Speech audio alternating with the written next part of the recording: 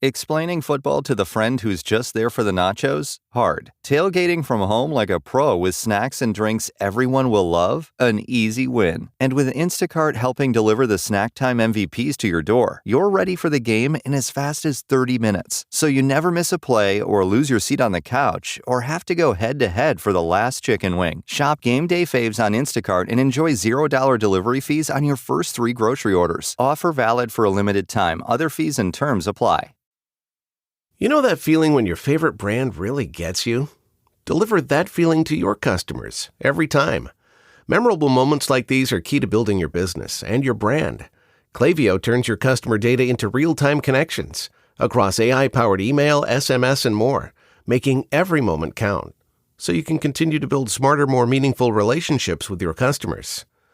Build smarter digital relationships with your customers and make every moment count with Klaviyo. Learn more at klaviyo.com/BFCM.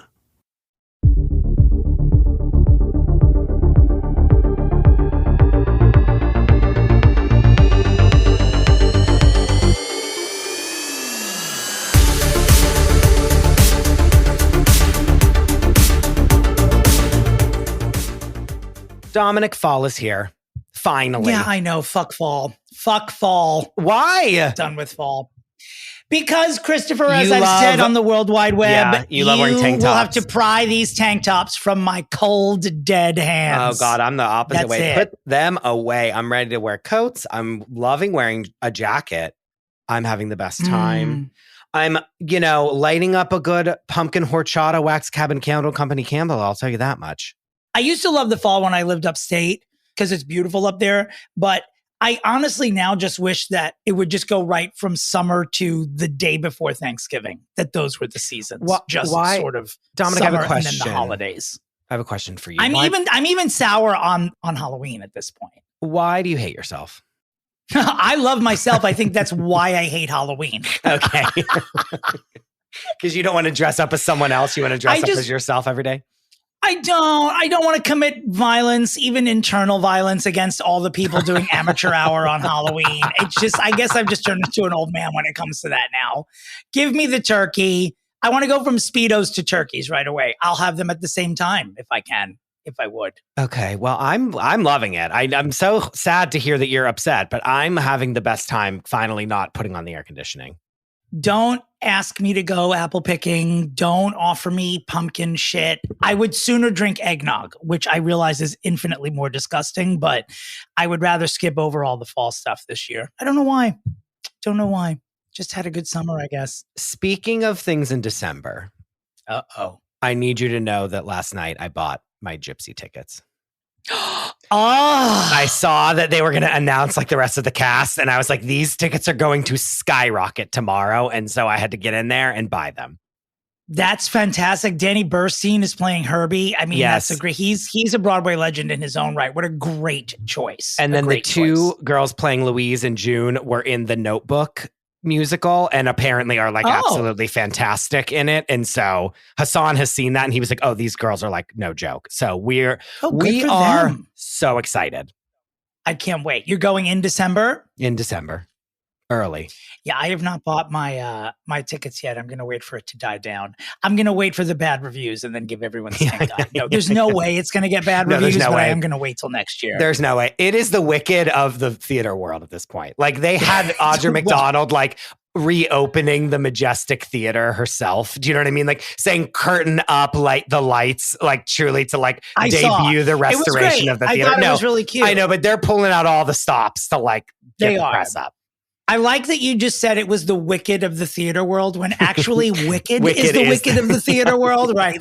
You're already jumping over the fucking production and just pretending it was a movie. Speaking of big productions, right before we show up here today, it is announced online that Stephanie Germanotta, who you may know colloquially as Ms. Lady Gaga, is releasing a new album apparently this Friday in conjunction with Joker 2 Folie à Deux. And it's called Harlequin. I mean, the fact that she's just like in 3 days you're getting music, like legend. Yeah. That's how you do it. Now, I don't know any of the details about, like, is it the music from the movie? Is it music from and inspired by? I think it's music. This is what I actually think it is, and I think that I am right. It is music from, like, her delusions that she got on the set. Because I think it was you that told me that there were reports where they were like, me and the director and what the fuck his name is, we would just rip the script up and be like, what should this scene be now? And like, so you know that they were like absolutely cuckoo bananas, you know, like there was just like absolute insanity happening on the set. And I think it is music inspired by that, which I'm lining up for. I will be a consumer of anything that she puts out. It doesn't matter. I mean, I think that she's utterly fantastic. Also this week, maybe she put the album together quickly to get back in good graces, because earlier in the week, I believe it was The Post, who did an interview with her father, the owner of Joanne's Trattoria, who revealed that he is a Trump supporter. Yeah, but so I could have told you that 15 years ago, Dominic. Yeah, of course, but I don't. It's a little different than him like coming out and saying it in an interview of 2 weeks before his daughter is releasing a movie. It's like, hey, Mr. Joanne, you couldn't have waited? Couldn't have waited to Halloween? Yeah. Also, at least we could have said you'd had a stroke. Also, stop doing interviews. Yeah, why does anyone let care? your daughter do just interviews? Wants to ruin people. No, yeah, of course. Well, and they also want to find like conservative people to like do interviews is what they want that are quote unquote celebrities. Well, you know, speaking of conservative people doing interviews, Christopher, I'd like to point out that on Rhythm Nation, Janet Jackson utters a lyric that says, "We are in a race between education and catastrophe." And this week, Janet lost the race and ended up squarely in catastrophe. You've been waiting all by week giving an interview to talk about. I've been having this conversation with all yourself. sorts of people for so many days. It feels like it happened last year. I am gobsmacked that this woman has not gone on Instagram Live to correct this. She gives an interview where she's talking about, they say she's not black, meaning Kamala Harris. They say that her father is white. They say all this shit. Janet, come here. Come closer. Who's they, sweetheart? The people that thought you and Michael were the same person for the past 30 years until he died? Is that who those people are who you're getting your fucking information from? You preposterous dummy.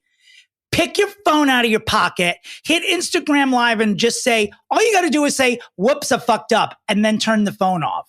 Utterly preposterous. I know her brother just died, and apparently her other brother, who's a QAnon person, is like her manager now. It's all a mess. It's all a mess, and all she has to do is go on Instagram Live and fix it. Not to like take the wind out of your sails, but like the absolute last person that I am coming to for any kind of advice or thought about anything, let alone American politics, is Janet Jackson. Sorry to say. You're not the people that I'm worried about. Like of course you're not going to, but the other side, where the guy who's running against her has questioned her race on live television in an actual presidential debate. Yes. All the fucking idiots on Truth Social will then follow this because, you know, even Janet said it. Even someone black said it. It's like, I've only spoken to a couple of people of color about this, but the vibe from them is sort of like the vibe that queer people have at Caitlyn Jenner, which is, you know what? Shut up. Like, just be quiet. If you're going to make it worse, just be quiet. Just stop. Well, and we said this on a Patreon episode, but basically, like, I always equate any celebrity is always wanting to align with Trump if they have been on The Apprentice or have had a family member on The Apprentice, and never forget LaToya Jackson being on The Apprentice. You think so that's I think it's LaToya bridging the gap between the two of them. I think you give the Jackson sisters way too much credit for their relationship. I do. I think I do too. I don't believe Janet has spoken to LaToya in since 25 the years. Reagan assassination. I didn't even think LaToya was invited to Michael's funeral. They were in Jackson 5 and they weren't speaking. And also, like, let's not forget, your brother is the person that every single human being on this planet points to as the person who changed their race. Yeah, girl, what a strange... Like, not for nothing. It's like, I say the words white Michael Jackson on this show many times. Like, you are the even further disqualified from speaking about someone's race. Well, D.L. Hughley said this is really rich coming from someone who breathes through a white woman's nose. That's D.L. Hughley's joke. I'm just repeating it. But oh my God. If that gives you at least I didn't go that far, for God's sakes. Oh my God. And something's not right. I don't know if she said it or someone, but she's got to clear it up. On The View this morning, Whoopi, who I adore fully, was like, we need to give her some grace. She's mourning her brother. It's rough when you're a public figure and you say something and it's okay to fuck up. People fuck up. But this is the thing, Whoopi. You would have already cleared this up. You would not have gone nearly a full week without saying, hey, this is fucked up. So she's not, I don't want to give her any grace, actually. Yeah. No, you don't need to also either. I also live on the planet where I know Janet Jackson doesn't owe me anything, just so we're clear that I don't need to be. And doesn't have 3 brain cells to rub together, let alone. But it's very disappointing when someone you have absolutely worshipped for such a long time makes you question whether or not you're supposed to even listen to their art anymore because the artist is a douche. It's like the age-old question. Do we keep watching Woody Allen films? But we'll discuss that on the Patreon. No. You know what I mean? Well, the answer is no. But are you getting the same New York Times alert that I am that says that Brett Favre is announcing while he's in a congressional hearing about stealing millions of dollars that he has Parkinson's disease? From welfare checks, that he has Parkinson's disease. Is that what you're getting on your phone as I am? Yes, it came. I got that a little bit earlier too, from not the Times. Someone else had said something. What a mess that is, by the way. We've never even spoken hide nor hair of that. But if you actually, there's a Scam Goddess episode about it. And about Brett Favre? About that whole scandal. And he's involved. He isn't the main person, but he got money from it and gave it back. But I'm like, no, you're still a fucking asshole. We haven't even talked about that, but. Is that why he's claiming an illness now, conveniently? Yes, because he's right. Hello. Okay. Of course he is.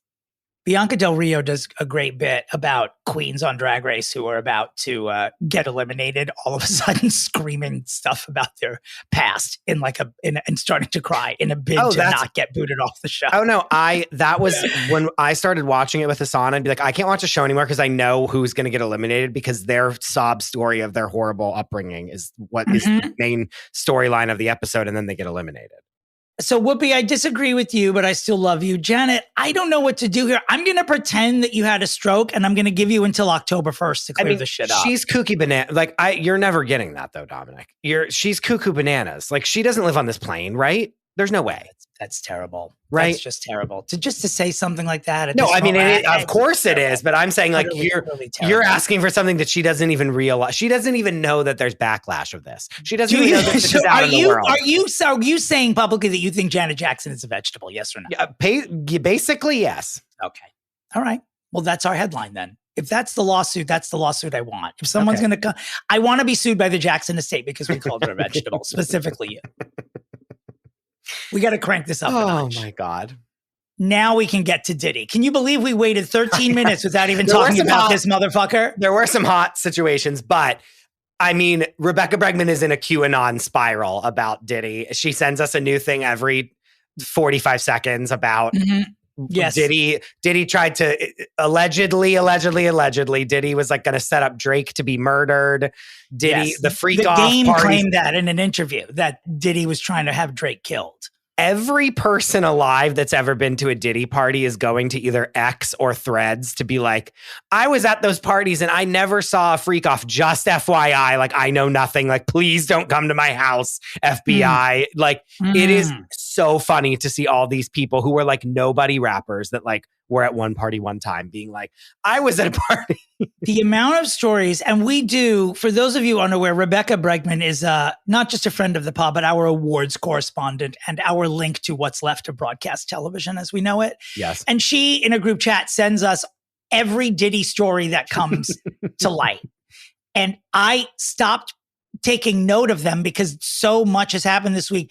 I don't know. I heard stories about Jamie Foxx playing. There's this woman, I believe her name is Jakar Wright, and she's this woman who traveled in hip hop circles. I don't know what her pedigree in that world is, but TikTok is littered with interviews Oh, that woman from her, yeah, talking about how bad this is going to get. Like Jamie Foxx getting his dick sucked at a party while a well-known rapper is sucking his dick while he's playing Mozart at the piano.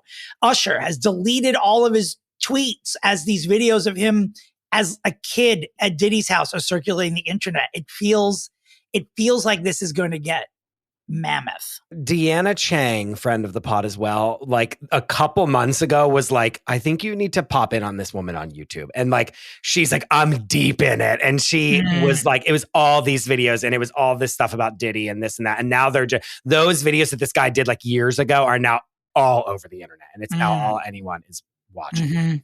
People are concerned about Justin Bieber. You know, what was his story? Is this why he had so many problems? Emotional issues as an adult because of what he went through at Diddy's hand or whatever, Diddy via Usher or whoever. Apparently they found what I'm understanding is 22 quadrillion tons of baby oil in Diddy's residence. Like thousands of dildos or something like that. It's something ridiculous. This is a full mess. This is the next Harvey Weinstein MeToo move. Like, right. But there's like a raft of celebrities like SJP and like dozens and dozens of people that you'd never associate with Diddy who've been to Diddy parties. And so now it seems like everyone who's ever been famous is now going to be put under a microscope regarding this case. And I have this to say. If Judi Dench gets wrapped up in this, I will not be able to handle it. I will not. I need someone from Dench Co. to release a statement that says Judi Dench was never at a Diddy party because I can't take it. No. Anyone else can ball. I know if someone can get out there unscathed, it's Judi Dench. Probably. Judi Dench could show up somewhere and be like, I'm the one who fisted Jamie Foxx. What of it? I'm Judi Dench. Like, okay. Yeah. I stand corrected. I want Judi Dench to have been at one of those parties, and I want her to be a boss. I mean, but no, this is Me Too times 2. You know what I mean? This is like, we're going to be in a post Diddy era after this is all the dust settles. And there was, and not to sound like insidery or anything like that, but there really was, like, as Me Too was happening, people did start to say before the pandemic, there's a hip hop reckoning coming as well. And it's worse than the stuff with Harvey Weinstein and Jeffrey Epstein and all that. And this could be that. Who knows? Oh, this is it. What else could it possibly be if not? Well, I don't know. I mean, you know, you hope that it's not as bad as it's going to be, but I think it's going to involve a lot of people. No, I think, and I just want to make sure everyone's able to like split up the issue is consent and sex trafficking and racketeering. The post pissed me off a little bit because it started talking about deviant behavior and listing a bunch of shit, and a lot of it was consensual. So let's just remember that. Sucking a dick is not deviant behavior. Being forced to the New York is deviant behavior. To the New York Post, it is deviant behavior. Just so we're clear. Hence, you know, them calling up Lady Gaga's dad.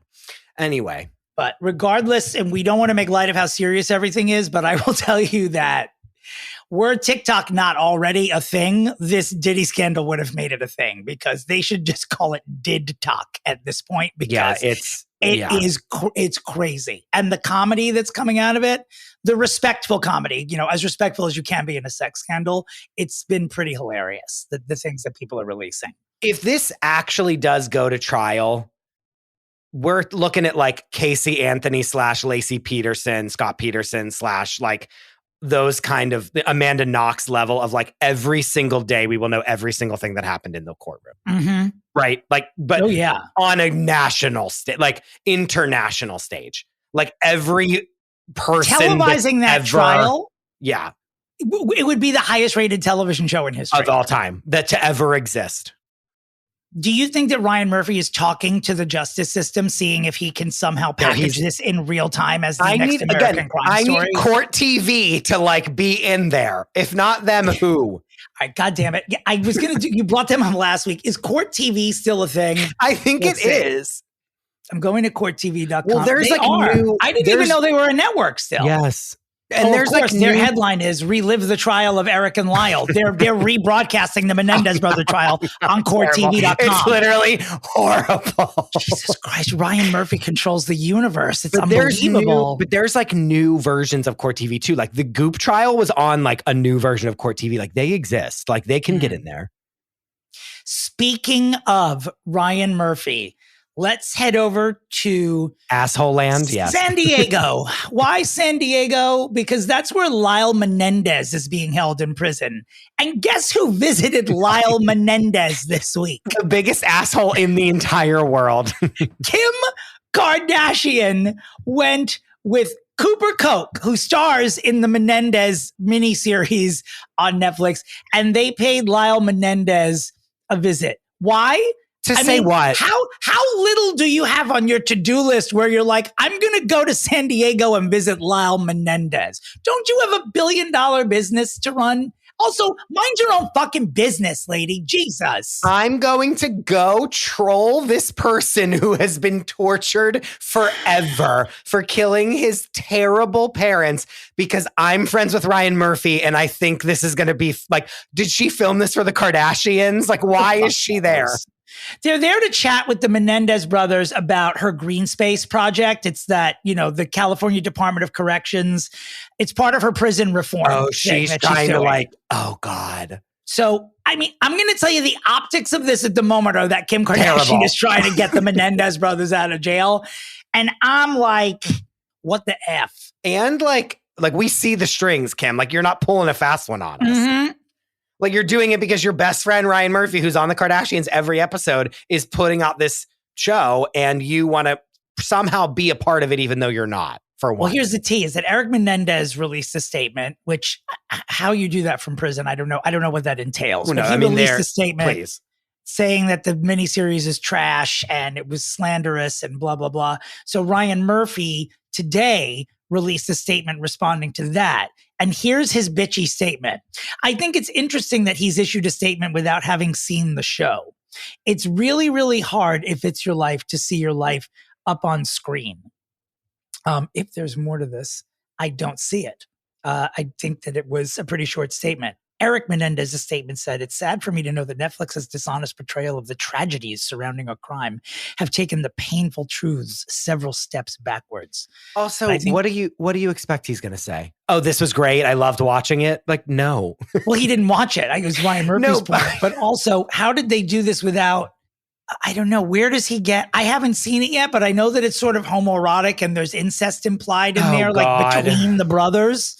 So I don't know if this is a Ryan Murphy fever dream. He's disgusting. That's disgusting.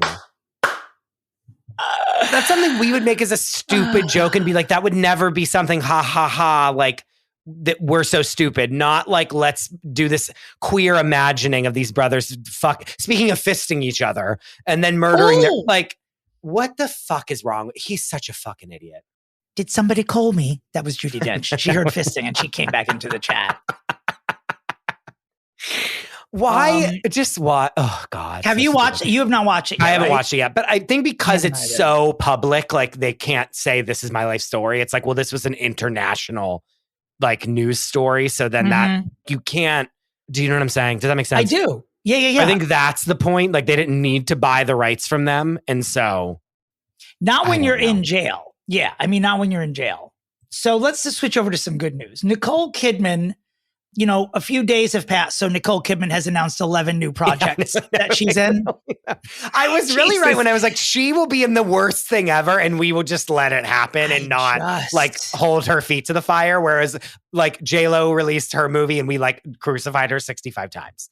Nicole Kidman is going to be appearing in a new Prime Video series based on the Patricia Cornwell novels around medical examiner named Kay Scarpetta. And Nicole Kidman will be in this with Jamie Lee Curtis, both Oscar winners. So that'll be lovely. Not 5 seconds later, I get an email from the Hollywood Reporter saying Michelle Pfeiffer has joined a new Apple TV Plus show called Margot's Got Money Troubles. She will be starring opposite Elle Fanning and, you guessed it, Nicole Kidman. It's already my favorite show of the year, and it hasn't even, like, just that title alone Margot's Got makes Money me Troubles? know that it is like absolutely unhinged and batshit crazy in the worst way, and I'm going to watch every episode of it. It is based on a novel of the same name by Rufy Thorpe. I have not heard of this, but what is lovely about this is that David E. Kelley is producing this, and Michelle Pfeiffer is his wife, and they have never worked together before. Well, purpose. That makes me excited. And David E. Kelley, if I'm not mistaken, one of the minds behind Big Little Lies, right? Correct. Yes. So, I think David E. Kelley was the one that told them, like, watch Real Housewives of Orange County because that's who you are, right? Am I wrong? I don't know. It sounds like something he would do. So if you don't like Nicole Kidman, leave your television off for the next decade. She's not going away. Wait, her being a medical examiner is giving me she's giving Aurora Teagarden a run for her money. I can't. You know what I mean? I would never have heard that name again had you not brought it up. And I'm ready for it. Like her being her with a stethoscope being like, is this person alive? Like I'm dying already and it hasn't even been shot. Let's talk about Oprah Winfrey for a moment, you want to talk about a boss. Oprah Winfrey paid the people who run Apple TV Plus to buy back the rights to a documentary about her life. Apparently in 2021, Oscar-winning filmmaker Kevin McDonald announced he'd be directing a documentary about Oprah. I guess then that they clashed about it. And so Oprah just basically bought it back, just said, you can't have it. And then just shelled out what I believe is a lot of money. He made the movie. The quote is, Kevin made the film, but Oprah didn't like it and he refused to change it. And Oprah has paid her fee back. Every rapper that tries to do stunt work, just do stunts to be stunty, any Elon Musk, any billionaire that tries to be, I'm going to buy Twitter, etc. Any athlete that tries to buy cars and clothes and houses, this is what being a boss is. Yeah. She was like, oh, I will destroy you with how much money I have and never let this film see the light of day. Right. That is fucking incredible. It's not about having a wad of hundreds and throwing them into a hot tub or burning them. It's about saying, I'm buying your career off of you. You can't speak about me on your network. Here's $1 billion to make sure you don't. Yeah. Thanks. Incredible. Also, I need to and now I need to see it. What can we do? How can we? 100%. 100%. Here's some heartbreaking news, particularly, I would imagine, of people your age or definitely younger than me. Tia and Tamara, the twins of sister, they don't speak anymore. Hassan's been wearing a veil around the house because he's so upset. I swear to God, he sent it to me multiple times being like, I'm so despondent by this. It's terrible. And apparently one of them is crying and being like, I wish I could call my sister and have her console me about my divorce, but I simply can't. They're not speaking. No, they're not speaking at all, apparently. That's really sad. It is sad. I wasn't a giant sister fan, but given that Jackie played their mother, I'm nominating her to heal this. That's who I think should do it. Oh, yeah. Could she do it? Jackie can do anything. Yeah, she really can. Where is she? I think she appears in a supporting role on Days of Our Lives now. Oh, does she really? Which I believe only airs on Peacock now. I might be she's wrong rolling about in that. it. She's rolling in it. You think she's making a good amount of money? I'm sure she is. Cheryl Hines. I can't even. Dominic, I'm standing at the door and I can't walk through it. That's what. Cheryl Hines, wife of someone who has murdered every animal that he's ever come into contact with gleefully. It's we've spent the past 2 years saying, Cheryl, what the fuck is wrong with you? And now that this has happened, we're like, Cheryl, no, really? What the fuck is wrong with you? Was she spotted without her ring? I'm surprised she's still alive. She was spotted without her ring, if that means anything. But anytime the Post notices that someone doesn't have their wedding ring, they're usually filing for divorce. Well, also, let's talk about the elephant in the room. Anytime that they're not wearing their ring, it's set up by their fucking press people. Sorry. Right? Are you apologizing to me? I don't know if that's true or not. I believe that the only time I knew that someone had a publicist set something up like that was when Kelly Ripa called in not wanting to go to work because Michael Strahan left the live and she walked out deliberately holding a book. I think the title of the book was Go Fuck Yourself or something like that, and literally held the book walking out of her building. And we all knew that she set that up. Perhaps incredible. Cheryl Hines did the same thing and made her hand visible for the press. Yes, Dominic. I don't know. I don't know. I do. You know what? Because everyone who does that, I feel only the less popular celebrities, I feel have to do that to make sure that someone's following them. Okay. Whatever you don't you think say. so? Is she not that? I don't know. I mean, she's the wife of someone who was running for president. I just assumed that there'd be press around them all the time. I have no idea. By the way, he denies that there was an actual affair with this woman and that this reporter, Olivia Nuzzi, was just sending him texts. How many more things does he have to say in the press for her to be like, I don't even think it's because of an affair. I think it's because she's like, you have a worm in your brain? What? Like, I need to get out of here. You like sawed a whale in half? By the way, despite reports to the contrary, Vanna and Ryan seem to be getting along very well now on Wheel of Fortune. I'm so glad you told us, Tom. And they premiered to very big ratings in their premiere week with Ryan as a host. So there's that. That's great. And you have a question. I'm looking at the list and I'm seeing one at the bottom that's a question that you're begging. Where is George Santos? Where is he? Where is she? Where has she gone? Like, I'm just going to Google it right now. Where is George Santos? I mean, he got convicted of his shit, right? Well, a plea deal, right? But I thought that he was about to serve some time. Where is he? Let's go to the internet. Watch this. Hey, Siri, where is George Santos? It looks like George doesn't share their location with you in the Find My app.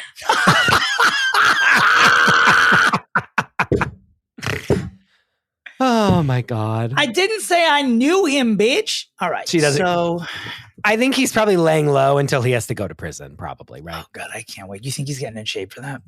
He should like be. George Santos must be like, if he he's Ozempicing, he's probably getting into shape. Not to fix him again. Mm-hmm. But if he goes into prison and then he comes out and is like, ooh, or like we see like leaked photos, like how that we always see like Jen Shah and Elizabeth Holmes like talking on the prison yard. Mm-hmm. Like if we get a leaked photo of him and he has like a prison bod, like that's fun. Oh yeah, I would love that. Like I would be like, okay, get on Dancing with the Stars right when you get out. Like, you know what I mean? If he's like has like a hot body afterwards, like he has legs. You know what I mean? He can keep going. Because he's sort of young. I think right now he's on Ozempic. He's going to the gym. He's definitely having some work done. He's probably Googling how to make prison wine in the toilet. Things like that. He is absolutely working on his cabaret act. He's having his anus bleached. No, he's having his anus bleached. There's no way he's going to be the star. I mean, he's the starlet of the prison when he goes in there, is he not? Oh, for sure. Yeah. For sure. And we are getting tickets to 100%. Here she is, boys. Here she is, world. It's prisoner 99430, Congressman Georgina Santos. Kitara Ravash. Oh, God. I feel sort of lonely without him. Like he was a regular topic for the first year of this podcast. He can't disappear on us like this. No, but he is really, where is he? He's tweets. He's just biding his time. Yeah. May I just tell you, and this has nothing to do with anything, and I just haven't brought it up to you yet, and I feel that I should. Mm-hmm. I have not in a long time watched the movie Steel Magnolias. Yeah. And I watched it on a plane. And when I tell you I was out loud cracking up at Olympia Dukakis and Shirley MacLaine together in this movie. Like, and I had forgotten that's because you always remember like Sally Field and you remember like when they're in the hair, when they're in Dolly's like hairdressery and she has to give her the orange juice and the pills because she's like diabetic, whatever, the whole thing. When they're at her funeral and Sally Field is like crying and is like, my daughter is dead. And then Olympia Dukakis grabs Shirley MacLaine and is like, just beat the shit out of her. I was shooting tears out of people on the plane were thinking that I was like having a mental breakdown because I was pissing myself. It's so good. I saw that movie in the theaters when I was in high school. Every person that I went to see it with came out of the closet within 5 years after. Yeah, every person that I saw it with. We all laughed our asses off. I still cannot hear the closing music and the shots of them getting an L to the hospital if I hear the music and I don't even see it, I'll just start to cry. It's just one of those. It's so good. It's like wow, wow. Much like how I came on the other day and said that I saw Up in the Air and was like, wow, what a movie. Like truly Steel Magnet. I know it's like one of the, our beloved movies that we love, but just Olympia Dukakis and Shirley MacLaine. And they have a scene where they're in a grocery store buying meat. And it has nothing to do with anything. There's no reason for this scene to exist in the movie. And it's one of the funniest scenes I've ever seen in my life. It is probably the film that my best friends and I, who are my age, quote the most. Like every time it's time to do something, like we say we got to go, it's time. My friend Adam goes, it's time. The way that Tom Skerritt screams in the church because he's gone deaf. What else do we want to talk about? We have some new things that we put up on the Patreon that we should mention, right? We've revisited our Unfixables list and our Invincibles list, and we added some, new people to it. So if you're not a part of the Long Island Iced Tea tier, get yourself there, because we're talking about people that will never appear on this podcast for multiple reasons. Because they're either too good for it or they're just too fucked up. And every week, listen, we're making new Unfixables every week on this. Diddy is like an unfixable factory. He's going to be churning them out left, right, and center. So, fun fact, he was already on the Unfixables list, was he not? Yeah, we knew. Yeah. Like Wendy Williams, we knew. Yeah, correct. Never justice for Wendy. I still think that Diddy poisoned her, and that's why she's in the state she's in now. I mean it. I think that he poisoned her, and that's what she has, it came on too quickly, and she's too young, and this sort of explains it. When she passed out, when she was dressed as the Statue of Liberty, that was the beginning. Him. That was the beginning. That was the beginning. He jabbed her remember Wild Wild Country when they were going to poison the leader? Yep. Like that. That's what he did to her. Sheila. He pulled a Sheila on her. That's exactly what it was. Oh God, I love that documentary so much. Speaking of great things, speaking of Wendy Williams, the 2024 Fixie Awards are right around the corner. Okay. We've been in the talking room. We've been talking room? No, leave it. Leave it. In our chambers. And then we've been in the talking room. We've been in the talking room. And then add the talking room to the glossary. We've been in the talking room, which is when we get on this Riverside link and don't record anything and just talk. We've been in the talking room, and we've been talking about who's on the short lists and who's on the long lists for this year's Fixie Awards. And we already have some possible nominees. And more than ever, you're going to be a part of that if you're a part of the Patreon. So I'm just saying, get ready, because this year's Fixie Awards, we're blowing them out of the water. Your votes on the Fixie Awards, please know this is the most important Fixie Awards of our lifetime thus far. Please know that. Are we going to say that every year, like the election? I'm going to say it every week, actually. Okay, great. I'm putting it so please do your part and vote for the Fixies. Join our Patreon. We're having a lot of fun over there. And today we're fixing Blake Lively. Buckle up, because I have insider information. This is a good one. This is actually a fun one. You'll get to hear it in a minute after these incredibly vital messages. This episode is brought to you by Huggies Little Movers. Huggies knows that babies come in all shapes and sizes, and their tushies do too. Huggies has more curves and outstanding active fit. Parents know that there's nothing worse than an ill-fitting diaper, especially for active, wiggly babies. Huggies Little Movers are curved to fit all curves, so babies feel comfy no matter how much they're moving around. And we all know they're moving around a lot. They also offer 12-hour protection against leaks, which is a game changer. Get your baby's butt into the best fitting diaper. Huggies Little Movers. We got you, baby. Are you struggling to close deals? Cold outreach is wasting the time of both the buyer and seller at every stage, especially when sellers are using shallow and outdated data. Your organization can overcome these challenges with technology that translates comprehensive, high-quality buyer data into real-time insights. These deeper insights empower sales reps and teams to adopt the habits of top performers, which leads to better outcomes, like more pipeline, higher win rates, and larger deals. We call this deep sales. And we've built the first deep sales platform with the next generation of LinkedIn Sales Navigator. Right now, you can try LinkedIn Sales Navigator and get a 60-day free trial at linkedin.com/trial. That's linkedin.com/trial for a 60-day free trial. Let LinkedIn Sales Navigator help you sell like a superstar today. Just go to linkedin.com/trial and get started. Dominick, this is a big week because we have a behemoth that we are fixing today. And so I brought in the big guns. You know her from her wildly successful podcast, Daily Dose of Donna. It's Donna Bowling. Hey guys, when you said big guns, I was like, it's a good thing I'm wearing a tank. When you said the big guns, I was looking at Donna coming from the gun show in this sequinedy olive tank top with actual guns. I made sure to do I made sure to do upper body at the gym this morning just in preparation. You're making us both insecure. Yeah, well, sorry. Yeah. She said she won't apologize for it, honestly. She should have. This is just the way it's going to have to be. Donna, tell us, for the 5 people that don't listen to your podcast, tell us what it's about. It's a 5-day a week, like a crazy person. Yeah. Pop culture, celeb gossip show. So I cover really the gamut. I cover like the mainstream Bravo shit, but I also really love to go deep on things like Sister Wives and really strange like 90s topics, like things that I just think if I'm interested in it, there's got to be someone out there that is too. Sure. Yeah. And those people are us and our listeners. Yeah, we are. Yeah, yes, we are. We're excited to have you. Oh, I'm so happy to be here. You picked a big one. Like when when you saw, like I sent you a list and we got Blake Lively and Justin Baldoni on that list. Now we will discuss, should they both be fixed? Should one of them be fixed? What's the deal here? But why were you so excited to talk about these people?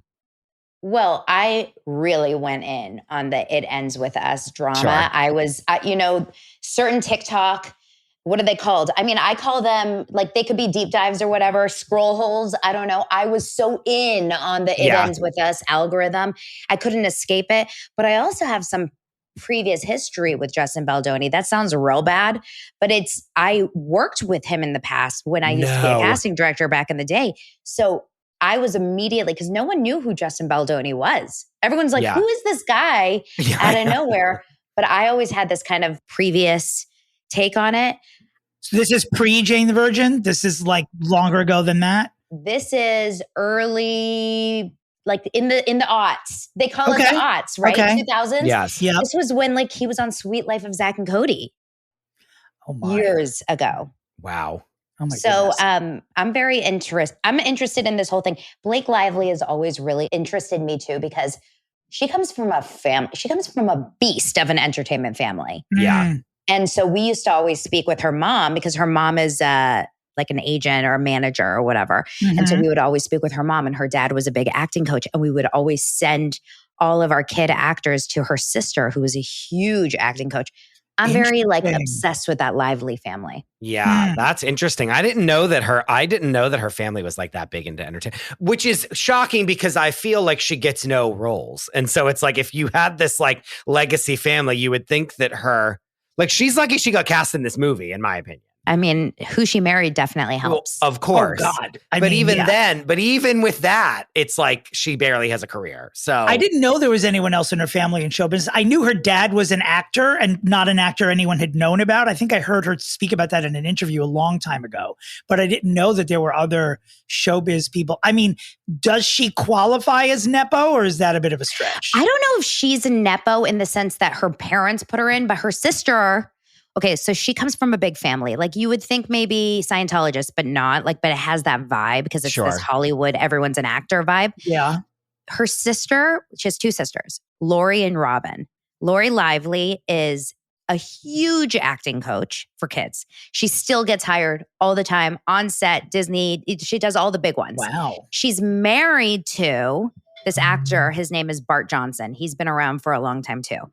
Now, the other sister, you guys will know this, she was in Teen Wolf, like the original Teen Wolf with Michael J. Fox, Robin Lively with the red curly hair. I don't know if you guys remember this. This is 80s. Wow. That's her sister? That's her sister. Much older sister. Much older. Exactly. Okay. I think that's the oldest. I think Robin's the oldest. That's crazy. Now, and the final sibling that I know of, there may be more.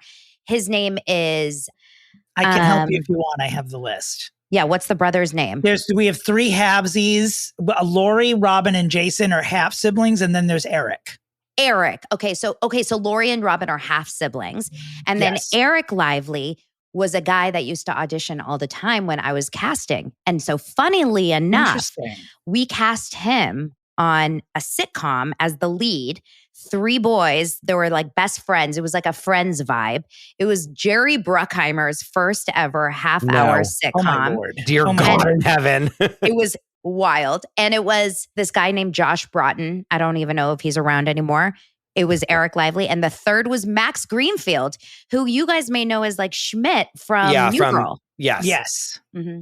That's crazy. Now, Crazy story. first of all, for the half-sibling community, I did use the term halvesies. I'm not sure if that is in any way offensive. If it was, my heartfelt apologies. And to be even more shallow, I'm not going to look them all up, but I am curious. The siblings, are they all hot? Because Blake Lively is hot, and I'm curious. I would say they're all hot. pretty good-looking people. Okay. So not the Cyrus family, basically, where there's just like Slam. one hot person and everyone Dominick. else is... What?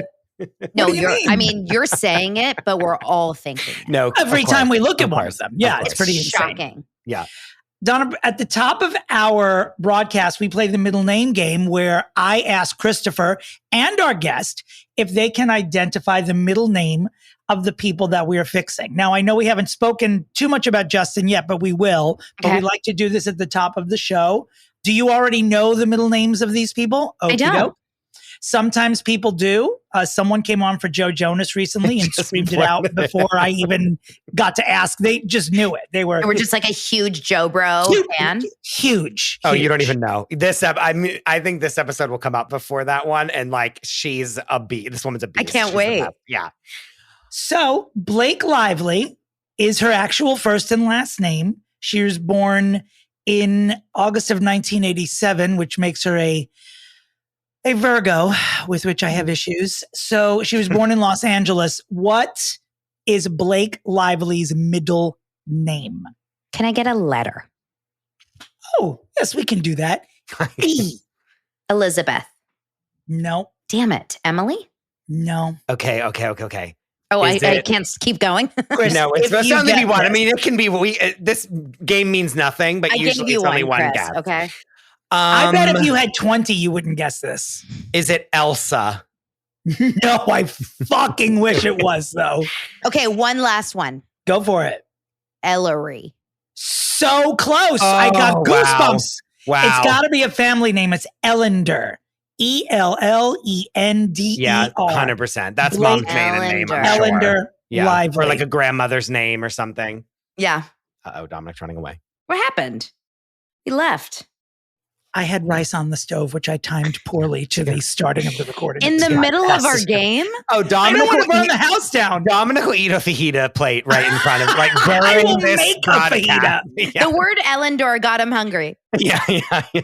So now that leaves us with Justin Baldoni. Mm. He is born January in 1984, also born in Los Angeles. He Mhm. is 40 years of age. Justin Baldoni is his legal name. What is his middle name? Are we doing it letter free? This one? Letter free. We can do it. You can guess before and after the letter. This is a gettable one, though. This is Okay. not. Is it There's no family. Anthony. It is not Anthony. Damn it. Matthew. Nope. The middle name letter is. Is it Joseph? L. Oh, fuck. L. Okay. There's no way it's Leo. It is not. Not Leonard. It's It could be I my don't know. husband's name. which is Lance. It is not Lance. what is it? Lewis.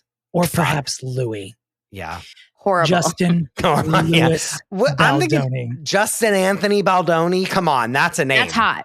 That's also Dominick's middle name, but It is, and That's- it's also, it makes his initials Jab, which is very masculine. which is and very aggressive, masculine and which something I seems want a him to little do more to him. me. Yeah. Mhm. But you have to think about your kids' full initials when you name them. Like you really have to 100%. think about what you're giving them because it could change their life. Yeah, it really Well, could. I also think Lori Lively is that's like a great anchor name. It's a Oh, great yeah, it actress name. Hi, Even better, I'm like Lori Blake Lively's Lively. a beautiful, right. Yeah. I'm Lori Lively, and here's the 10-10 news. wins. Oh my God, totally. Much like Linda Lopez. Lopez. I would like to reveal one fact before we begin speaking about these people. For the better part of the past 15 years, I have, on a regular basis, confused Blake Lively with Kristen Cavallari. On a regular basis. You came out of left field with that one. I wanted to get it out because I know I'm going to humiliate myself at some point in the next 40 minutes and 'cause just you're say gonna be like, like, when remember when she was on the Laguna hills Beach?" or Yeah. whatever? And everyone's going to start throwing things at me. And I'm just telling you, people of that ilk, they look identical to me. You're not so far off, but you're not right. I mean, they're blonde. I mean, they're blonde, white. They have like the same sort of length. They're sort of built the same to me. No. But like, I don't know. I feel like Blake is like a bigger person. Like I feel like Kristen taller. is a little, yeah. I think she's tall. Blake, she has big long hair. I think Kristen's more like petite. Put her in your pocket. Plus, like Kristen Cavallari, you can't mistake that voice. Yeah, Like Stephen. Hi. Like the way she talks. Stephen. Stephen. My mom and I for like 20 years have been going Stephen to each other like regularly. What if we did this entire episode about Kristen Cavallari by mistake? Yeah, we're like, God, and then when she was on the hills and replaced Lauren Conrad, then this happened. And meanwhile, people are like, what the fuck is happening? But while we're talking about silly things, I almost was thrown at the beginning of this broadcast when Donna used this phrase scroll hole, which I've never heard before. And now I want to put it on a pillow. It's truly we heard scroll hole. You I get can't into a tell scroll you how hole. much I'm going to abuse it. Sometimes when my husband's in the bathroom for so long, I'm like, "Are you in a scroll hole?" And he's like, "Yes." And the answer is yes. Yeah. He's doing both. You know, he's in a scroll hole, sitting on a hole. There's like a hole there. His hole. Yeah, there's a lot of holes being activated. If you know. I am a hydrated person, but I'm telling you, every day my legs fall asleep. Every morning on the Dominick. toilet. Every day. That's a man thing. Same. That's a man thing, and it's definitely you. Do you have kids? No. Just me. No. I'm his only child. Just Christopher. So Blake, back to Blake. Blake Lively, we know from Gossip Girl, obviously. So Blake Lively, obviously the best meme of all time, forever. And then, I mean, other than Gossip Girl and what was that one movie? It was called like Accepted, where she was like opposite Justin Long and they like created their own college. Remember that movie? No. That was a Blake Lively movie? I think she was in that movie. Am I wrong? The only thing I think of is Cavallari. Sisterhood of the Traveling Pants. Oh, and Sisterhood of the Traveling Pants. I'm forgetting that part. Yeah, that's the only thing I think of. Gossip Girl was the thing, right? That was how she was served to us, was on Gossip Girl. Okay. I think so. That's how she became like a family name. I mean, like a household name. Before that, Sisterhood of the Traveling Pants was very big for people like me in my age range as a woman, you know, as a girl, I should say. Yeah, those books were like flying off the shelves. Yeah, and I mean, it delivered America Ferrera, the girl from Gilmore Girls, you know, the cute Alexis Bledel was in it. Yes, so like it was very teeny bopper. Perfect. Oh, wow. And she was the hot one. Blake Lively was the hot one.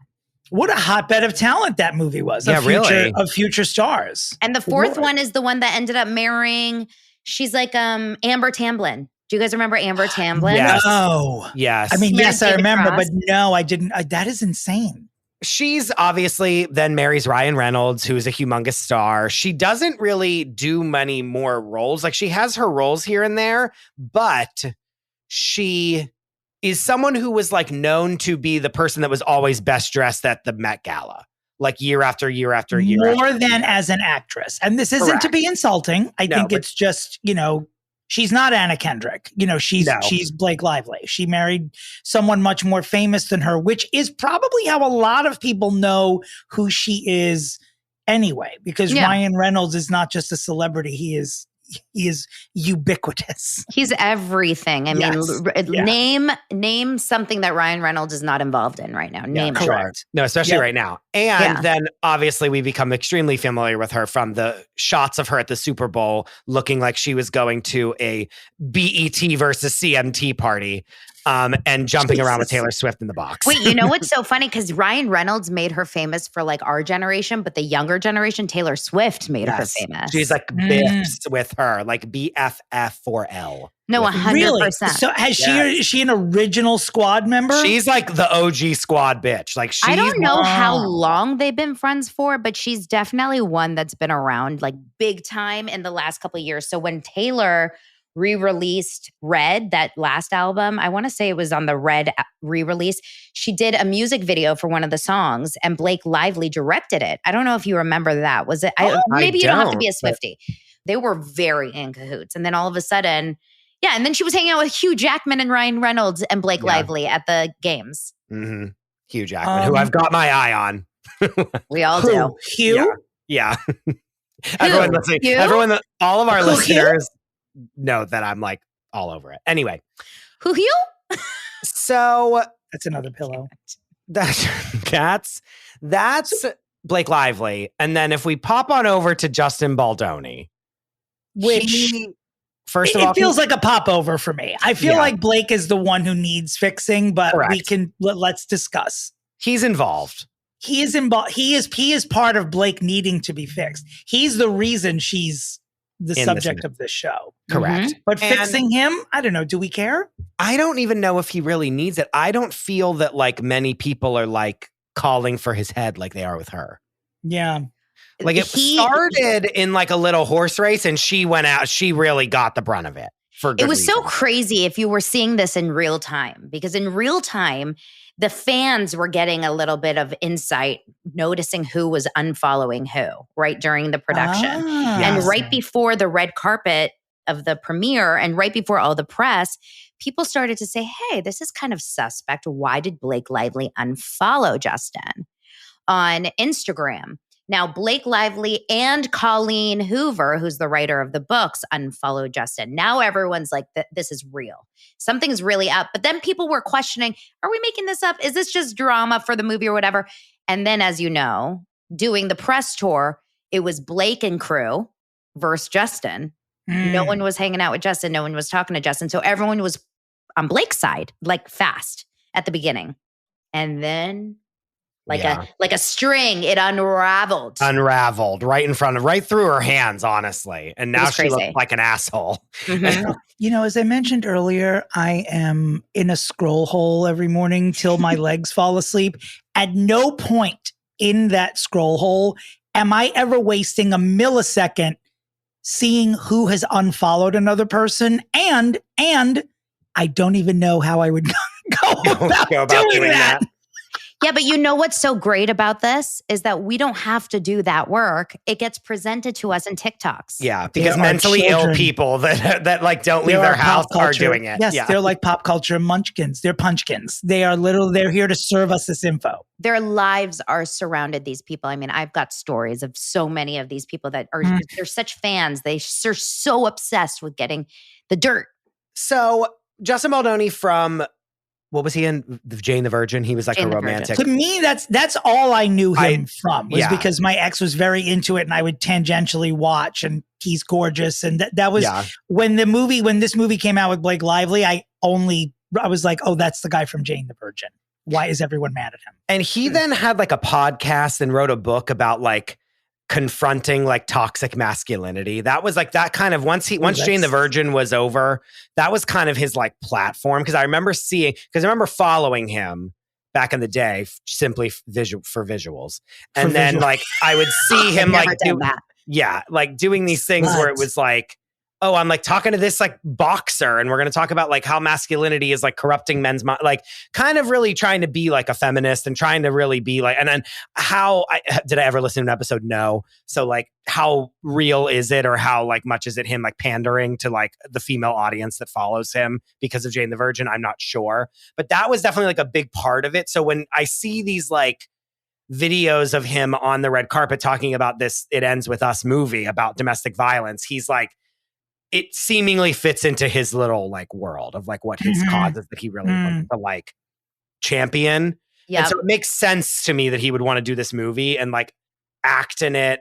But also, can we stop with the actor director stuff? When is this went right? When is this went right? Recently, we talked about how fucking Bradley Cooper was like not letting anyone sit in chairs on the set of Hello, I'm Lenny, whatever that fucking movie was called. Oh, I'm Lenny. We haven't done that in a while. But like these people are menaces on the set whenever they're acting and directing. I don't like it. I think it should stop. I mean, it's ego personified, right? Like that's what it is. But I'm going to give you guys a little more insight into like Justin's background, just so you kind of get a better idea. You know him. Well, yes, but also forget my experience with him because I know him from the casting days when he was just like, you know, like a sitcom actor, like trying to get jobs, and a cute guy. Like he's a very good looking man. And so he was on my daytime shows. He's had little bits on Young and the Restless and Bold and the Beautiful. Yeah, he was doing like the soap opera circuit, and he was guesting on all these shows. He was playing like the hot guy or whatever. Mm-hmm. So he was fine, and he would have continued to be this kind of, if he would have just done Jane the Virgin and left it at that. But this man is actually like, it's wild, because I did a crazy deep dive recently. So he started a production company, which was actually the company that produced It Ends With Us. So I can't remember, Wayfarer or something along those lines is the name. Okay. Yeah. 10 years ago, he's dating this girl who's now his wife. Have you seen this? No. 10 years ago, he creates with his production company a feature film. And when I say a feature film, I mean solid 20-minute long engagement video for his girlfriend, who is now his wife. Oh, it is the most overdramatic, insane thing you've ever seen, where he's jumping out of planes and he's playing in an NSYNC band. And then he goes to this and then he goes to that. And then he presented it to her and he has cameras on her. It is the most, I remember watching it. This thing went viral. It has 20 million views. I mean, it's like one of those kind of movies. It was the first indicator of like, something's not right. Yeah, like, uh-oh. Yeah, like, uh-oh. Yeah.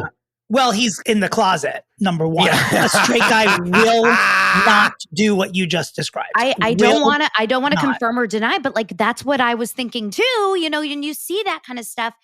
No straight man is going to go that out of their way unless not even close. Unless you're so obsessed with yourself that you had to make your engagement all a feature film about you. I think that also is it too. That also means that you're making him gayer. Well, that's also gay. That fact, actually, yeah. He's like, this is just for the role, but I have to fuck a man. Yeah.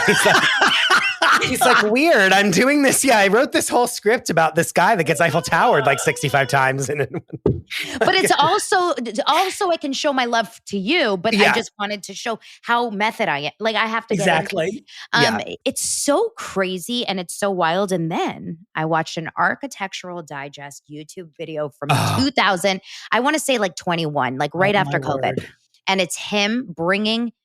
Maybe it's not Architectural Digest. It's like Vogue. It's one of those beautifully done YouTube videos where he brings a camera guy to his house in Culver City here in LA with his wife and walks around and shows everything that he did to the house. Yeah, like here's the thing. Yeah, love the open, like similar to the Open Doors Architectural Digest. Cribs, come on in.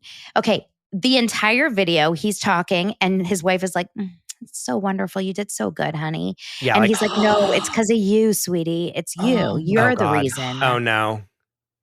So not only is he gay, he's gayer than me and Chris tied together with a dick in between us, an extra one. He might be the gayest guy in Hollywood. That and like there's 3 clones of that wife like in the basement, like in like hermetically sealed containers. Yeah. Like, no woman can marry a man like that without having either zero personality or something on the side. Because like, what kind of a person wants to be married to a man that is so obsessed with himself?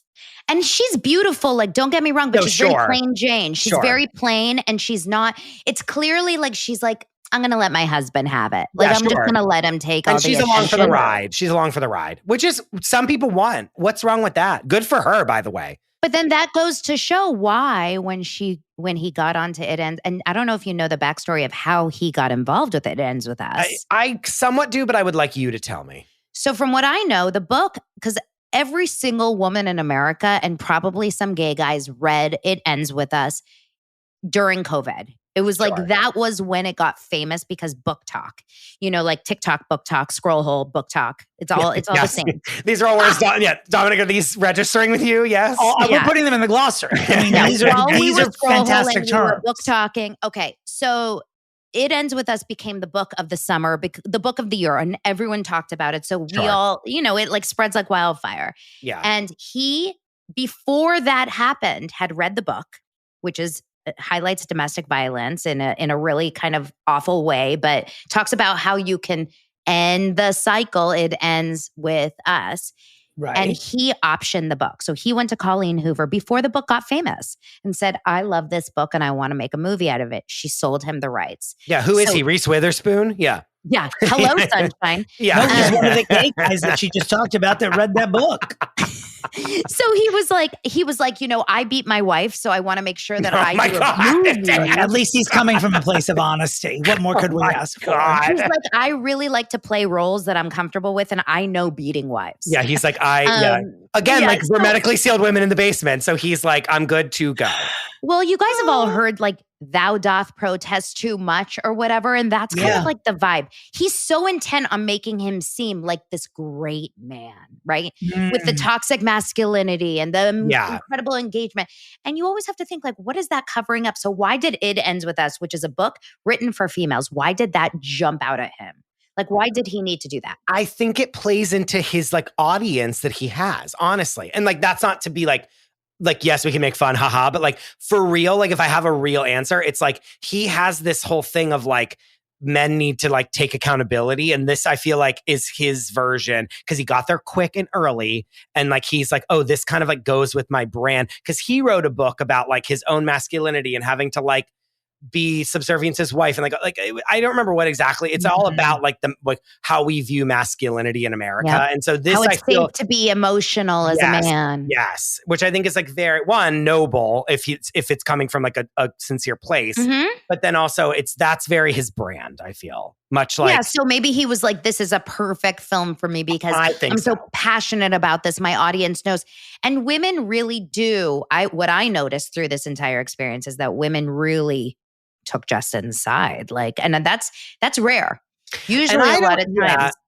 Is it though? Is it rare? Well, first of all, the name of the book is Man Enough, Undefining My Masculinity. Parentheses from me, by announcing my homosexuality. Like the title of the book is even gay. This is ridiculous. It's crazy. We're going to fix him with a dick. So we don't need to fix him at all. No, he really doesn't need fixed, honestly. He just needs to do gay porn and everyone... the fix is go to the white party, Justin, and don't come back. Yeah. Horrible. But I mean, he is hot as shit. So like if he comes out, he can lie. He's welcome to do it here. He's welcome to prove he's not gay in either one of our beds. You know what? You need to go to him and say, I feel like I need help unlearning my masculinity. Yes. I want to undefine my faggotry. Do you do that? Treat me like your wife. It begins with us. That's my book. It comes with us.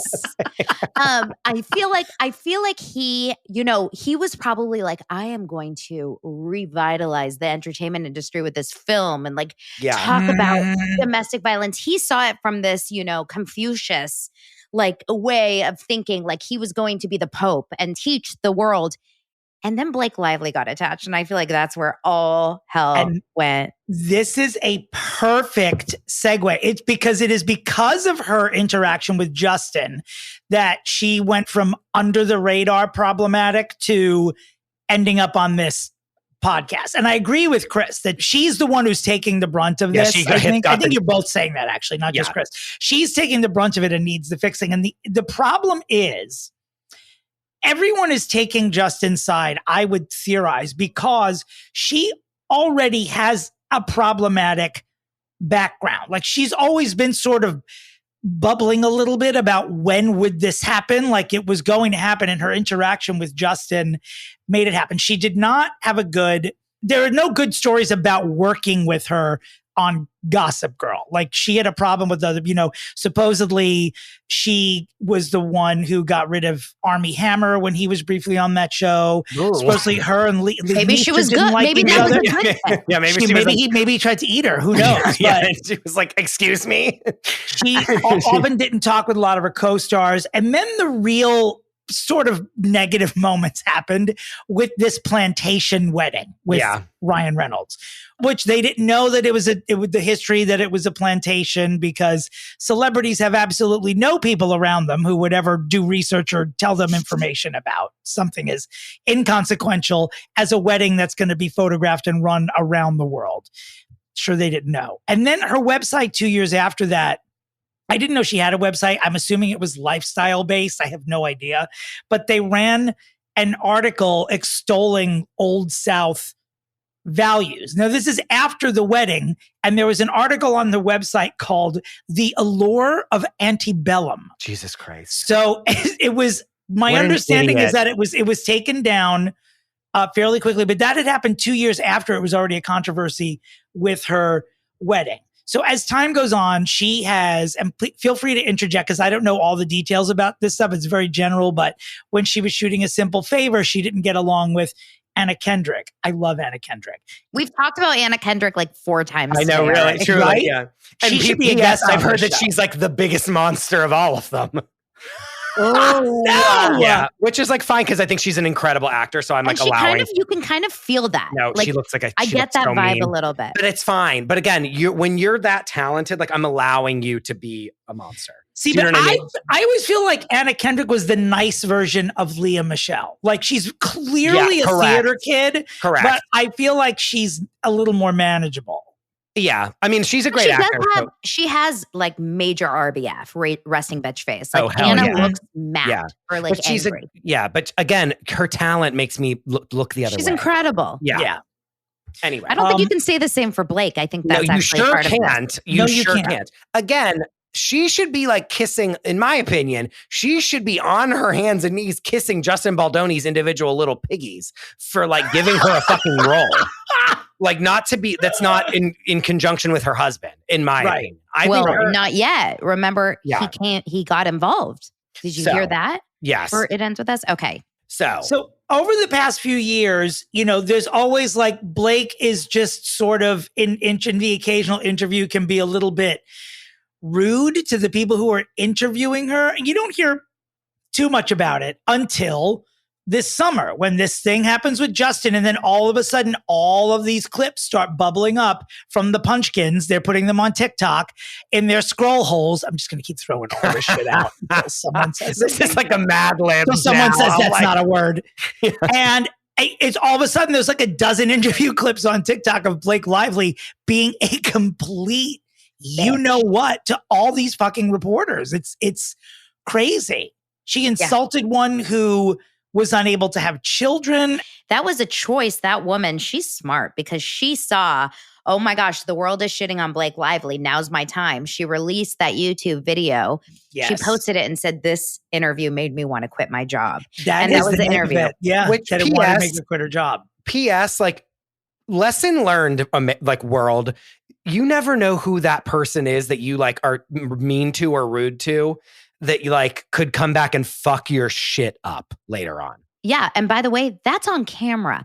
What are you doing when you're not on camera? Thank you. That horrible on camera. And here's the thing. This is why I just sort of have a bad taste in my mouth for her.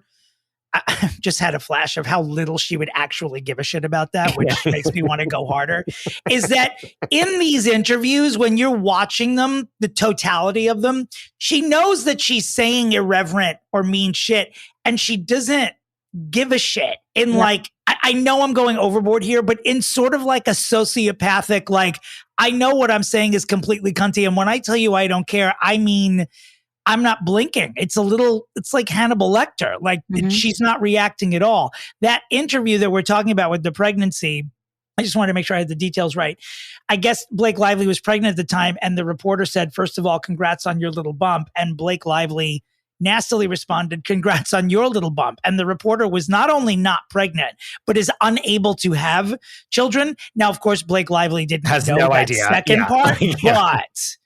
Well, you'd never say, I mean, number one, Blake Lively was so obviously pregnant in that, in that interview. Right. I don't think any reporter would ever say congrats on your bump to a star who hadn't announced a pregnancy. Yeah, she had announced her pregnancy. Right. So it was already public knowledge. She did not need to be this mean. This is my issue and why I think Blake got so thrown off by it. The words little bump sound demeaning in a weird way. Sure, agree. But she's also, I don't think she's like an American woman. She has an accent. Maybe like English is her second language. Who knows? The point is, she wasn't trying to be mean or condescending, but I think that word little bump affected Blake in some way. Instead of just saying, congrats on the baby or congrats on the pregnancy, I wonder if that would have been different. The little bump affected her in some way, I think. That's my guess. Yeah. It doesn't matter though. She acted horrendously for the next 10 minutes.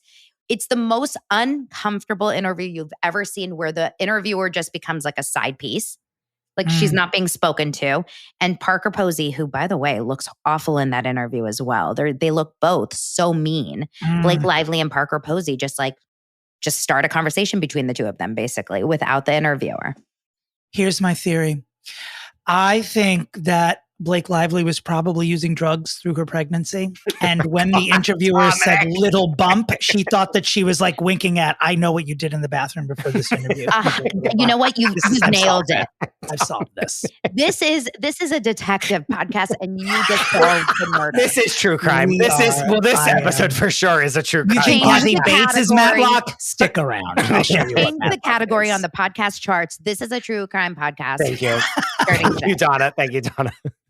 The Punchkins are going to go crazy. Oh, God. Yeah, I've solved it for them too. They will not feel their legs on the toilet tomorrow. All right. No, look, we've all had bad days and we've all had days where you do not feel like being interviewed. But this is a press junket day. This is your job. You have to sit there, you have to put on a smile, and you have to, promote the movie that you're in. You're promoting a Woody Allen movie. Like, do your best. Mm-hmm.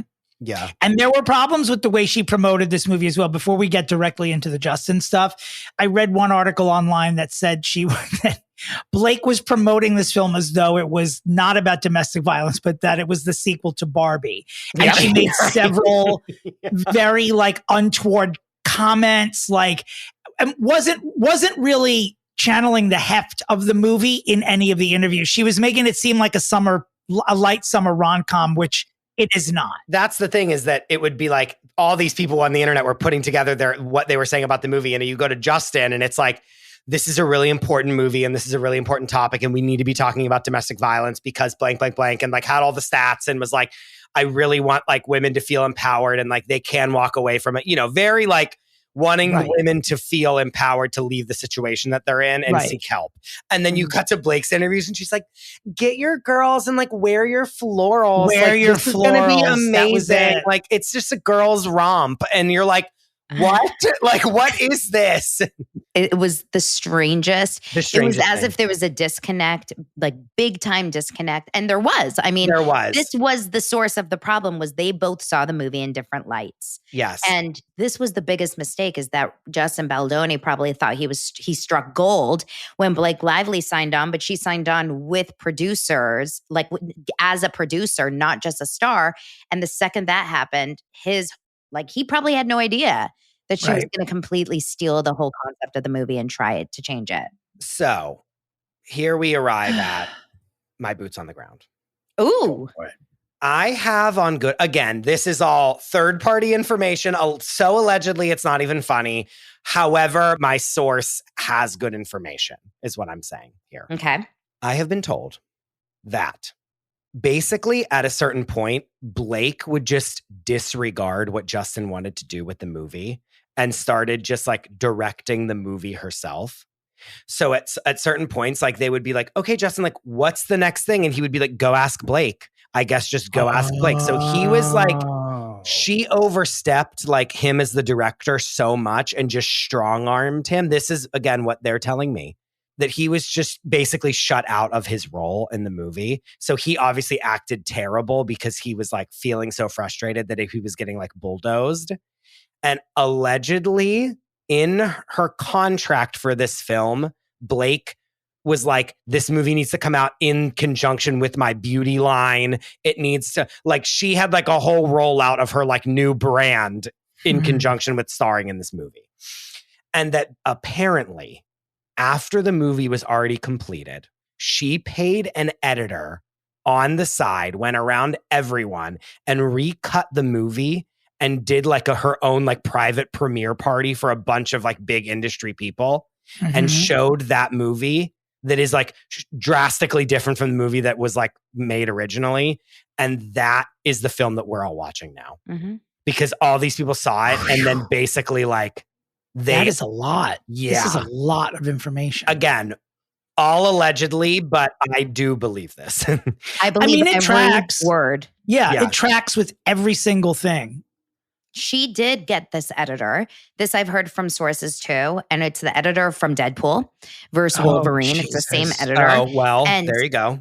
And Ryan Reynolds was a huge part of this action, this whole thing. Ryan Reynolds rewrote a scene for the movie because Blake wanted him to. There's a rooftop scene in the movie that Ryan Reynolds actually wrote for the movie. She brought her husband in to basically take over because she was unhappy with Justin. She and Justin weren't getting along. So now Justin Baldoni, this kind of no-namer, is up against the biggest star in Hollywood. And no shit that Colleen Hoover and all the other stars kind of went on Blake and Ryan's side, because if you're looking at the longevity of your career, you don't want to be against Blake Lively and Ryan Reynolds. No. And so what is their problem with Justin Baldoni then? I don't think they have a problem with him. It's that they bulldozed him and people found out, is I think what it is. I think Justin Baldoni is probably, to be honest, what I think, we all know people like this. I think he's probably annoying as shit. Like annoying. Sure. I think he's probably intense. I think he's probably like the moment of the impact of this moment is like, well, and you're like, we're shooting. Well, yeah, he was building for it. I mean, between that wedding video and the book and all this other shit, I mean, this was to be his big moment. And I think he was like crazy artsy fartsy about it. Like, I think you're right. Almost like Blake and Ryan were probably like, dude, this is like a summer blockbuster. Like, get over it. Calm down with your crazy. She gives me like Mean Girl vibes. So she was probably like this fucking loser. Like, you know what I mean? Like, she was like, 100. This guy's a fucking choach bag. Like, let's like go, let's like do this and do that. And like, she probably choach bag. That's another one. She probably thought he was so off his rocker, annoying. She probably would go home every night and complain to Ryan. Well, and she was like, we're just going to do this. Like, we're just going to take this over because we're Blake Lively and Ryan, like for real. And they did. I think she probably, between her mom, who's been in the business forever, her family, and then Ryan, she probably has been surrounded by people that know this industry, have kind of like their hands in it. And they probably said, Blake, you're the star of this movie. Like, get it together. Like, he needs to thank you. So it was an ego versus ego thing. And Justin probably had to just throw his hands up in the air at the end of the day. And I was truly thinking about Blake Lively. And I'm thinking to myself the other day, I was like, if someone said right now, Blake Lively starring in a new movie or whatever, I think people would really hold it against her. I don't think she's going to get away from this really easily. No, I think she's officially labeled difficult because problematic. Yes, and I think she always was, but I think now, I think that this got just the right amount of press because the movie did so well as well. Like, it was definitely a name of the summer, and I think that her name just is not what it was before the summer. Mm-hmm. And that's the other thing is, like, again, she should be like happy she has a movie role. Absolutely. I know I'm being like an asshole about it, but it's like her career is not like, she's not Nicole Kidman. Like, this isn't like, if this was like Reese Witherspoon that was in this movie, none of us, we wouldn't be here. No. If this was like a real A-list actor, even if they were an absolute bitch to every single person on set, it wouldn't matter. It wouldn't matter because you overlook people when, like we just said for Anna Kendrick, like we don't really care because she's producing such incredible artwork. And Blake, to me, is one of those people that I think she was really kind of maybe trying. She's had 4 kids, which is wild. Yes. She has 4 kids. Well, and Ryan Reynolds is the name of that household. So I'm sure she's like, enough is enough. Like, I want to get myself back out there. And I bet this was her moment to kind of be like, to be the next Scarlett Johansson or like be the next, whatever. And it failed so flat. It worked. The movie did well. We know who she is. Well, and that's probably why she hasn't been in any movies, because she's like, I've been pregnant for like 6 years, like for the last 6 years, which like makes sense. Wait, so do you think that they kind of like they're assholes together? They just but again, he has like so many businesses. Like he's the new Ashton Kutcher with the businesses. Remember when Ashton was like involved in Tinder and he had the restaurants and he had this, like, that's Ryan Reynolds now. He has all these businesses. His gin, the aviation gin. He's the Mint Mobile or whatever. Mint Mobile is a sponsor of this podcast, basically. There's Mint Mobile ads on every single podcast I listen to. Mint Mobile actually sponsors my show sometimes too, so I'm okay with Mint Mobile. Love you, Mint Mobile. No, again, good for them. We don't care. Whatever. Like, I get it. He's powerful. Like, I get not wanting to be the nicest person to every single person when you don't get your way. I get it. But I don't know. I just don't think that he is like the nicest Like, I don't think he goes home and it's like, yay, like my beautiful wife, like what Justin Baldoni does to his like Stepford wife. He gives me full mogul energy. Yeah. Like all the way. Which, sure. Yeah, do you? I mean, he is a mogul, but and he's talented. Nice guy. He's phenomenal in Deadpool. Yes, he's really good. So at least he can say that. But I know he really was like, oh, they both thought this was their big break. They really did. And that's not what you do. You just do it. And then if it's good, it's good. Not like I'm positioning this to be my like star turn where I'm going to be like a leading man in Hollywood. Is the lesson here just to temper your expectations no matter what? Is the lesson here, don't get too excited about your work because Blake Lively might destroy it by tweeting "wear your florals"? Is that the moral? Basically, yes. Blake Lively can ruin anything. We are here to fix Blake Ellender Lively. Christopher, what is your pitch? Okay, I went back and forth a lot with this one. And I was thinking, will there be something that I get in the episode that'll really make me, switch it up? But I think what needs to happen is she needs to do another movie, and it can be absolutely terrible. Like, it doesn't even need to be a good movie at all. But then as she's filming that movie, obviously the press is going to be going fucking bananas, like talking about what she's like on set, blah, blah, blah. And then what I need her to do is host SNL as the movie is coming out. And in all of the sketches, she needs to make fun of how terrible she played her hand in the press for this movie.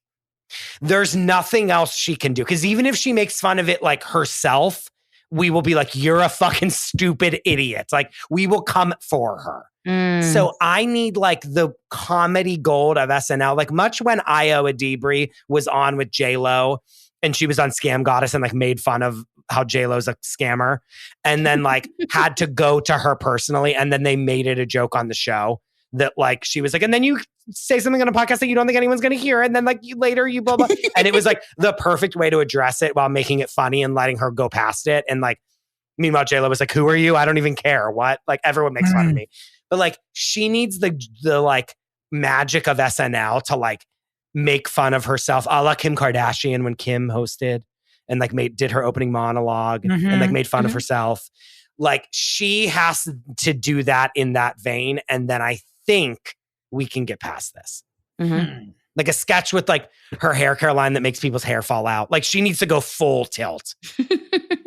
Like, are you or someone a victim of like my hair care line? Like, call Nat. And it's like an infomercial. Do you know what I'm saying? And then it's all them with like bald caps on and with like 2 wisps of hair being like, I tried Blake Lively's hair care line and it was worse than the plot of It Ends With Us. Like, or whatever. Like, that is the level of like destroying herself that she needs to do on SNL.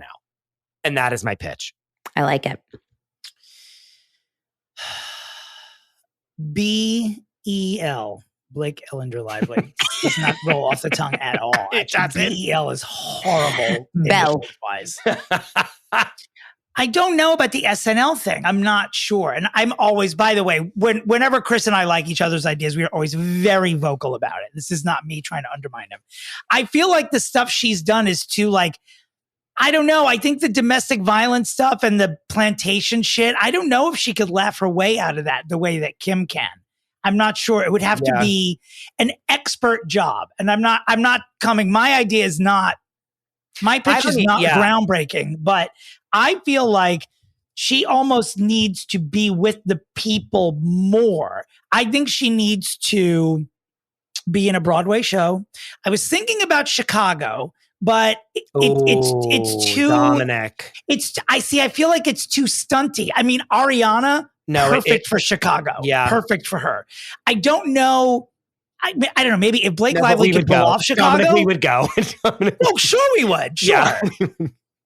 But I feel like she should be viewed as an actress. You know what I mean? If she even wants to be, like I think that's the problem here is that she's not an actress at all. She is just a celebrity, period. Like that is it. Like the whole thing with editing the movie and get your florals. Like she may not even be interested in this idea at all. I don't think she's interested in anything really, but what would be great is if she had the lead role in a play.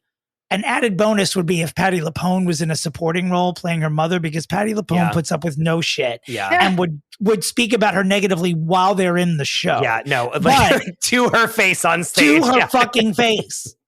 I think if she wants to be taken seriously as something other than being a mean girl, that she should do a Broadway play. And I insist that she become known for signing autographs for up to an hour after the show, greeting every person at the stage door. That to me is the only way she gets out of this, is like, she's not a person. She's a mean white lady who got married on a plantation, like that's like, and celebrated a domestic violence movie like it was Sisterhood of the Traveling Pants. Like it's not. She needs like, I think that the SNL thing, I think would be very tricky. I think it's a good idea, but it would have to be like, they'd have to work for months on how to handle it. But she needs to be with the people because she's just not. No, the signing autographs for like an hour afterwards is like, that's good. Yep. And that's my pitch. Donna. Yes. This is the time when you can give feedback, you can ask questions, you can do with this time what you will, and then you have to deliver your verdict. So I'm going to say that you both presented really compelling arguments here for the future of Belle. And I think when I think of, here's what I think. I think it's a marriage of both of you guys, because I don't see her, she can do the play, but it's never going to, I don't think, bring her back into like, good graces with America. I love the idea of being really kind to people and never showing any negativity or attitude ever again in public. That all will go far, but I also like the idea of self-deprecation and making fun of yourself. And so I don't think she hosts SNL. I think Ryan Reynolds hosts SNL and she shows up in a skit, one skit, where she just really goes and like attacks herself basically and makes fun of herself, and that's it. It's a one and done. It's not an entire episode. It's just a one thing. It's quick. It's fine. And if they're lucky, they get Justin Baldoni in that skit to also be there. And so they kind of have this like public get back together. Like that would be, because Justin Baldoni won't say no to be on SNL. No, unless he's an idiot. Yeah, exactly. So maybe there's a world where that's happening. But in terms of right now, if I were Blake, I would never mention any of my lines. Like, you have enough money coming in. I think that's another thing why people are grossed out. It's like, how much wealth can one couple like get? How many businesses do you need to have? Enough. Like, he's fine. You have 4 kids at home. Start posting some personal content of you at home with your kids. Like, not, I'm better than everyone, I'm cooking and cleaning. No, she can't. She can't help herself. Donna, she can't help herself. I know. I don't want Ballerina Farms content. Like, I don't want to feel like she's like making sourdough bread from scratch. Right. But I'm thinking like, I don't know, taking her daughter to a musical or like just like cute little things, like something maybe just to kind of make celebrities are just like see us. Wicked. Yeah. Yes. Going to see Wicked. Yeah, going to see Wicked, or like we're going to this charity event for dogs. Taking care of dogs so that we can eat them at the plantation. Yeah. But at the end of the day, she has a big hole to dig herself out of. She has a scroll hold. She's got a scroll hole. She's in the bottom of that scroll hole. Like, you keep going, she's there. She's at the bottom. She's Jessica, baby Jessica in the well. Oh my God, you're going back. Yes. We got to get her out. Okay, Dominick, I can only speak for myself, but I am going to elect that Donna wins this one. Yeah, because she took my idea and made it the exponentially better version of what my idea is. The moment she said that, we were both like, that's it. Yeah, so that is definitely it. I don't win anything. You won something today because wow, that was amazing. Because it's also great. If she was going to be on SNL for months beforehand, it would be like the Civil War of the United States. Like no one can know. No one can know. She Like, just shows up. Yeah. It's just, And to be clear, I don't know that that's going to solve all the problems, but that is absolutely the first step to her doing it. And I think it's a win. It is a win for Donna. You guys are truth tellers. You are truth. You are like psychics. Thank Agreed. you. You know what? You should be like counsel. Like, And so when are someone's you. in a PR crisis, they should be like, I need Chris and Dominick. Well, Donna, thank you. But also yourself, because you won this week. So you're just as good as us. You know what? We're talking shit about the Emmys, but like we're the same. We're just all telling each other how amazing we are. Yeah, 100%. It's true. Duh. What is podcasting? You guys are fun. What a stepping stone. Donna, thank you so much for being with us. No, thank you. Where can people find you? In some deep dark scroll hole. I'm on YouTube 5 days a week, and at Daily Dose of Donna, DANA is the spelling of my name. That's you have to fix me in a future episode. Sure. And then Gladly.